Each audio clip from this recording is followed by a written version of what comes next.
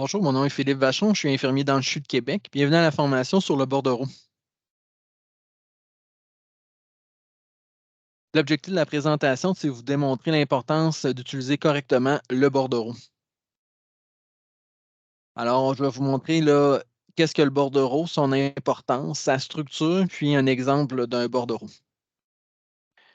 Le bordereau, là, c'est un outil de communication efficace et structuré qui permet de communiquer là, entre vous et les agentes administratives là, pour mettre en attente là, un usager pour un prochain rendez-vous. Pourquoi c'est important de bien compléter le bordereau, là?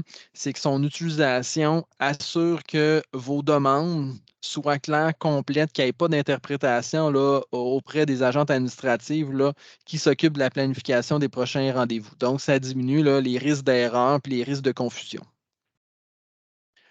Le bordereau, il est structuré là, de façon à faciliter là, la saisie des données dans le logiciel par l'agente administrative parce que, il est dans l'ordre dans lequel elle doit faire, la saisie des champs. Donc, ça évite là, d'oublier des éléments à saisir. Puis, sur, le bordereau, vous allez voir qu'il y a des indications là, d'éléments obligatoires et facultatifs. Donc, les éléments obligatoires, c'est les mêmes obligations que l'agente a pour saisir les informations pour qu'elle soit capable là, d'enregistrer là, l'attente pour le prochain rendez-vous auprès du patient. Quand on remplit un bordereau, il faut se poser les questions suivantes, puis ça va vraiment nous aider à bien le compléter. Donc, le rendez-vous, il est où? Il est avec qui? Pourquoi? Quand? Comment?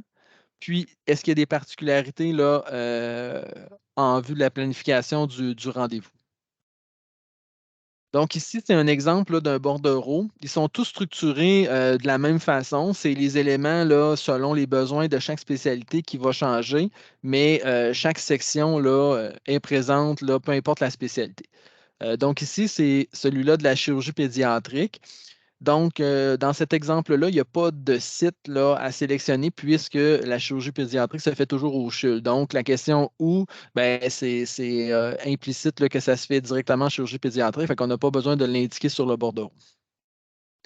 Ensuite de ça, la prochaine question, c'est avec qui? Ben, vous avez le choix là, de sélectionner soit tous les médecins quand vous êtes en première visite, donc le rendez-vous va se donner là, au premier médecin disponible, ou sinon, ben, quand vous suivez votre patient, ben, vous inscrivez votre nom. Si jamais le patient a besoin d'être suivi par une infirmière et que dans votre service, vous avez des rendez-vous là, infirmière sans visite médicale, ben, à ce moment-là, c'est là que vous allez sélectionner l'infirmière.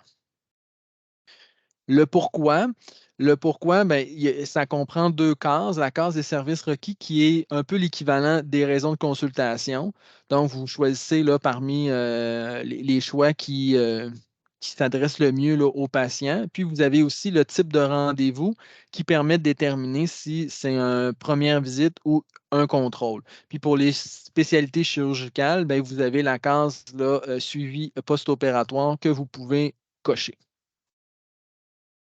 Ensuite de ça, on arrive au quand. Quand est-ce qu'on veut revoir le patient? À quel moment? Donc, vous avez en première visite là, un choix là, de priorisation. Donc, vous les sélectionnez là, parmi les choix suivants. Puis en contrôle, ben, vous avez une sélection qui est un peu plus large, puis plus précise. Et autant en première visite qu'en contrôle, ben, vous pouvez identifier une date là, précise là, pour voir un patient. Vous avez la case délai à respecter sans faute qui permet là, d'identifier là, les patients qui doivent absolument être vus là, dans le délai qui a été demandé.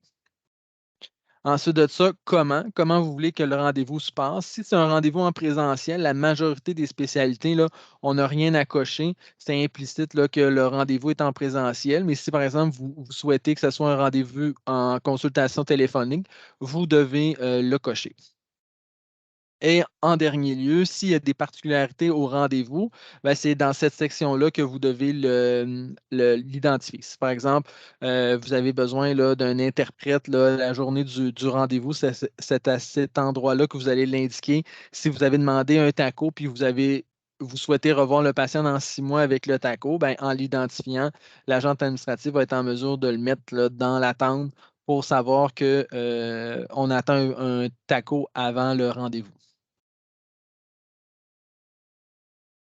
Donc, l'objectif là, de cette courte présentation, c'était de vous démontrer l'importance d'utiliser correctement le bordereau. Fait que votre collaboration est essentielle. Alors, merci de votre écoute.